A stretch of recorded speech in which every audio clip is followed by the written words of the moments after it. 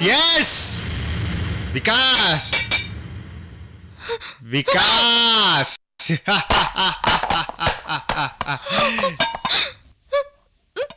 నీ మొగుడు వికాస్ ఇప్పుడు నీ పాలిట యముడు.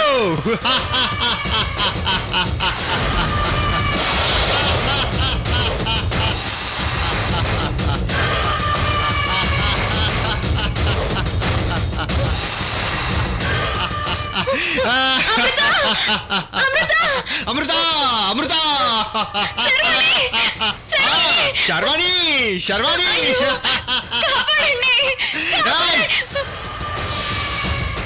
పులి బోనిలో పడ్డాక అరచి ప్రయోజనం లేదు. ఈ పులికి నీ అరుపులు నచ్చవు.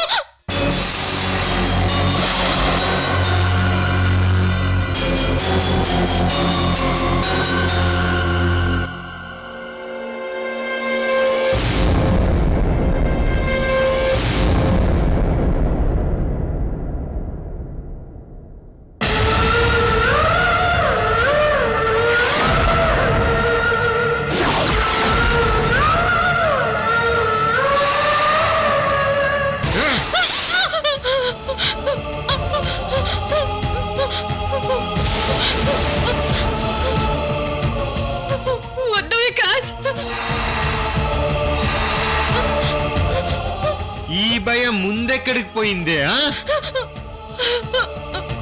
ఎంత ధైర్యమే నీకు?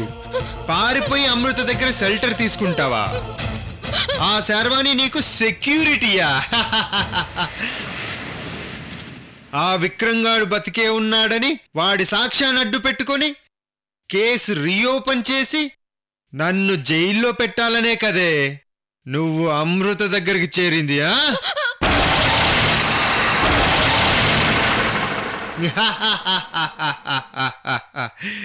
ఎన్ని రోజులకు నా నిజస్వరూపం తెలుసుకున్నావే పిచ్చి మొహమా? నాలాంటి నక్కతోలు కప్పుకున్న పులితో మరీ అంత అమాయకురాలుగా ప్రేమలో పడి మోసపోతే తప్పు నాది కాదే, నీది.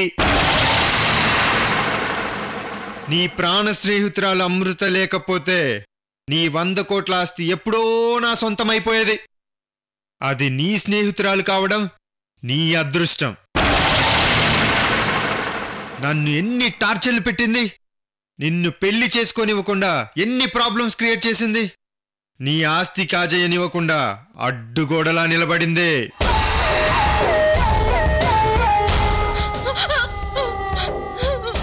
నేను రాజకీయ నాయకుడిని అవడానికి అడ్డుపడింది.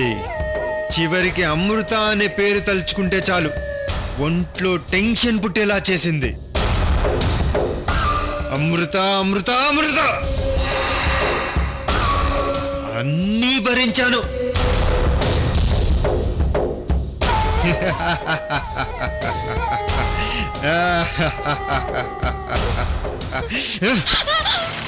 ఫైనల్ గా నా డెవలప్మెంట్ ని అమృత ఆపలేకపోయింది.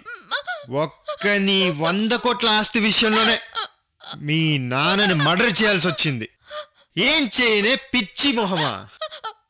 ఒక్కటే కూతురివి, 100 కోట్ల ఆస్తి నాది అని ఫిక్స్ అయిపోయి నిన్ను పెళ్లి చేసుకుంటే అటు ఆస్తి అల్లుడికి కట్టుబెట్టకుండా ఇటు కూతురికి కట్టుబెట్టకుండా ట్రస్టుకు రాస్తే ఏ అల్లుడు మాత్రం ఊరుకుంటాడే? డబ్బు కోసం గడ్డి తినే నాలాంటి అల్లుడు మాత్రం అస్సలు ఊరుకోడు. అందుకే చంపేశాను. ఫినిష్.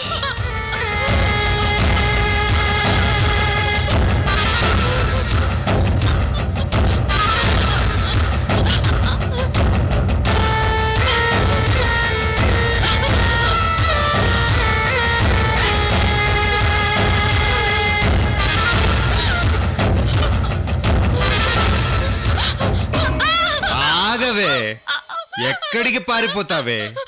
నీ ఫ్రెండ్స్ అమృత శానవాణిలో వచ్చి కాపాడతారనుకున్నావా? వాళ్ళు ఇప్పుడు రారు. కమిషనర్ ఇంట్లో ఉన్నారు. నన్ను ఎలాగైనా జైలుకి పంపించాలి అని మంతనాలు జరుపుతున్నారు. అసలు వాళ్ళిద్దరికీ తెలియని విషయం ఏంటో తెలుసా? ఆ కమిషనర్ నా మనిషి.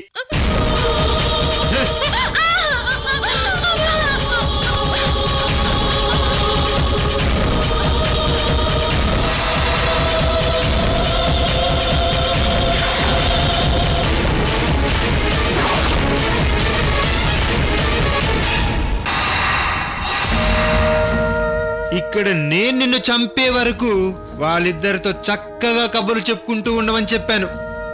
అమృత రాదు. నిన్నిక్కడ సీక్రెట్ గా పెట్టారన్న విషయం నాకు తెలుసు. నాకు తెలుసు అన్న విషయం అమృతకి తెలియదు.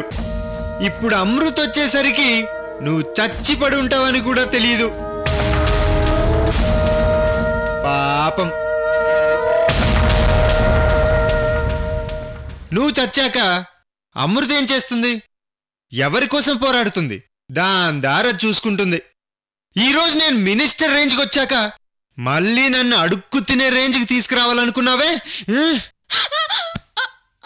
నిన్ను వదిలిపెట్టను. వికాస్, నీకు పిచ్చి పట్టింది. డబ్బు తప్ప నీ కళ్ళకి ఏమి కనిపించదా? డబ్బు కోసం బతుకుతున్నావా? రేపు కోట్లు సంపాదించుకొని తింటూ కూర్చుంటావా? నువ్వు చేస్తే నీ వెంట డబ్బు రాదు. నువ్వు చేస్తే తలకొరివి పెట్టడానికి డబ్బు పనికి రాదు.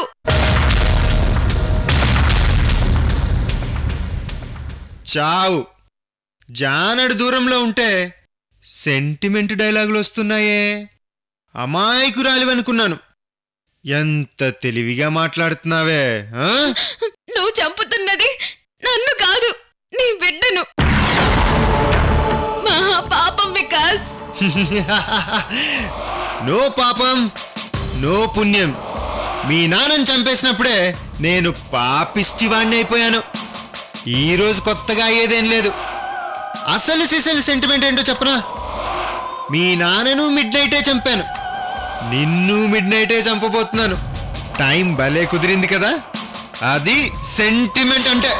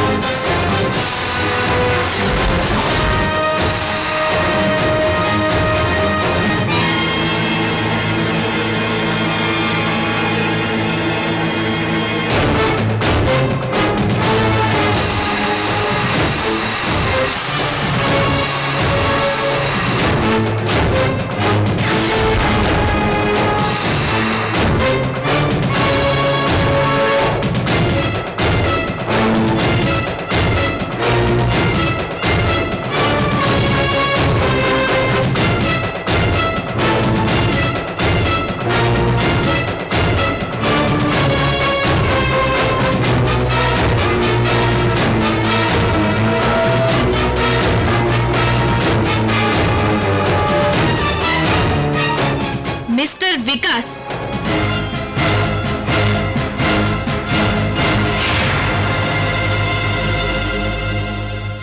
ఇప్పటికైనా అర్థమైందా? నువ్వు అద్భుతమైన నటుడువని నాకు రేణుకకు తప్ప మూడో వ్యక్తికి తెలీదు. ఇన్ని రోజులు మంచివాడు ముసుగులో నువ్వు చేసిన దుర్మార్గాలు దౌర్జన్యాలు చెప్తే ఎవరూ నమ్మడం లేదు. అందుకే నక్కతోలు కప్పుకున్న నీలాంటి దుర్మార్గుణ్ణి ఇలా తెలివిగా వేటాడాల్సొచ్చింది మిస్టర్ వికాస్.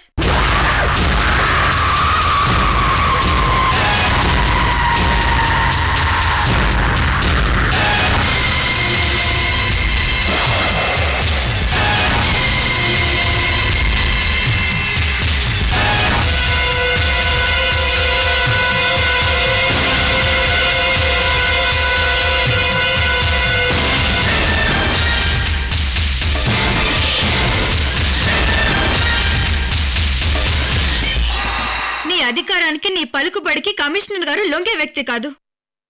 అందరూ ఒకేలా ఉండరు వికాస్. నీ నిజ స్వరూపం చూడ్డానికే నీ మనిషి అన్నట్టుగా నటించారంతే.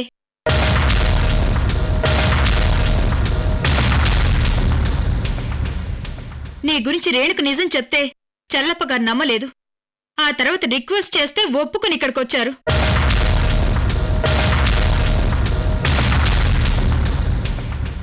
గంగాధరం గారిని ఆస్తి కోసం చంపావని నువ్వే నీ నోటితో చెప్పావు. అదంతా రికార్డ్ చేశాం. నువ్విక తప్పించుకోలేవు వికాస్.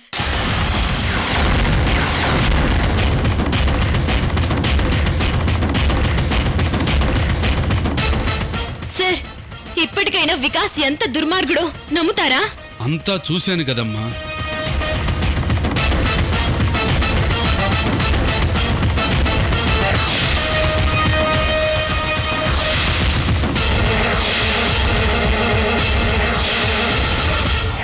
వికాస్ బాబు, నేనింకా నమ్మలేకపోతున్నాను. రాజకీయాల్లో అవినీతి పరుల్ని చూశాను, మంచివాళ్లను చూశాను, దుర్మార్గుల్ని చూశాను, గూండాలను చూశాను, అన్ని రకాల వాళ్లను చూశాను.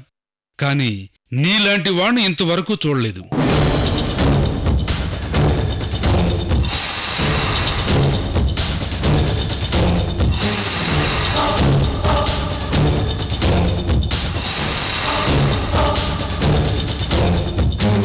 చూడు వికాస్, ఒక వ్యక్తి మంచివాడా చెడ్డవాడా అని తెలియడానికి ఎక్కువ సమయం అవసరం లేదు. కానీ నువ్వు ఇంత రాక్షసుడు అయి నీ అసలు రూపం బయటికి తెలియకుండా ఈ స్థాయికి ఎదిగావంటే నువ్వు మామూలుడివి కాదు, జగత్కంత్రివి.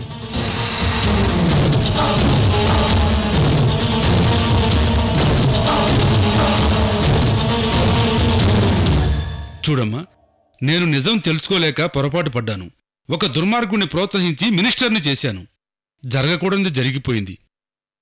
నన్ను క్షమించమ్మా. సార్, ఈ దుర్మార్గుణ్ణి ముందు అధికారం నుంచి తొలగించండి. పార్టీ నుంచి బయటికి పంపించండి సార్. ఇక నేను ఏమాత్రం ఉపేక్షించను. వికాస్ విషయంలో నువ్వు ఏం చేయాలనుకున్నావో అది చెయ్యి. పార్టీ నీకు అండగా ఉంటుంది. అలాగే సార్. వస్తానమ్మా.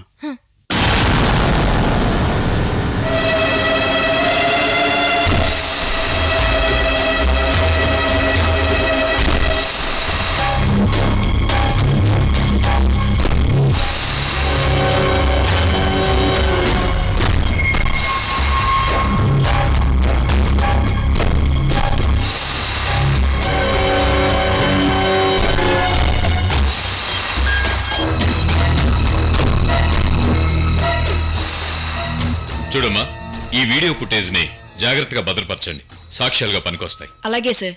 సార్, మా డాడీని విక్రమ్ భాయ్ చంపలేదని మీకిప్పుడైనా అర్థమైంది కదా? ఈ హత్య తనే చేశాడని ఒప్పుకున్నాడు కదా. కేసు రీఓపెన్ చేద్దాం. ప్రస్తుతానికి తను అరెస్ట్ చేయడానికి ఈ సాక్ష్యాలు సరిపోవు. పైనుంచి పర్మిషన్ కావాలి. అంతవరకు వెయిట్ చేసి ఆ తర్వాత అరెస్ట్ చేద్దాం. Yes sir. మిస్టర్ వికాస్, తప్పు చేసినవాడు ఎప్పుడు తప్పించుకోలేడు. మా పోలీస్ చేతులు చాలా పొడవుగా ఉంటాయి. పైన లెక్కలు తేల్చేది ఆ దేవుడైతే కింద లెక్కలు చూసేది మా పోలీసులు. Mind it.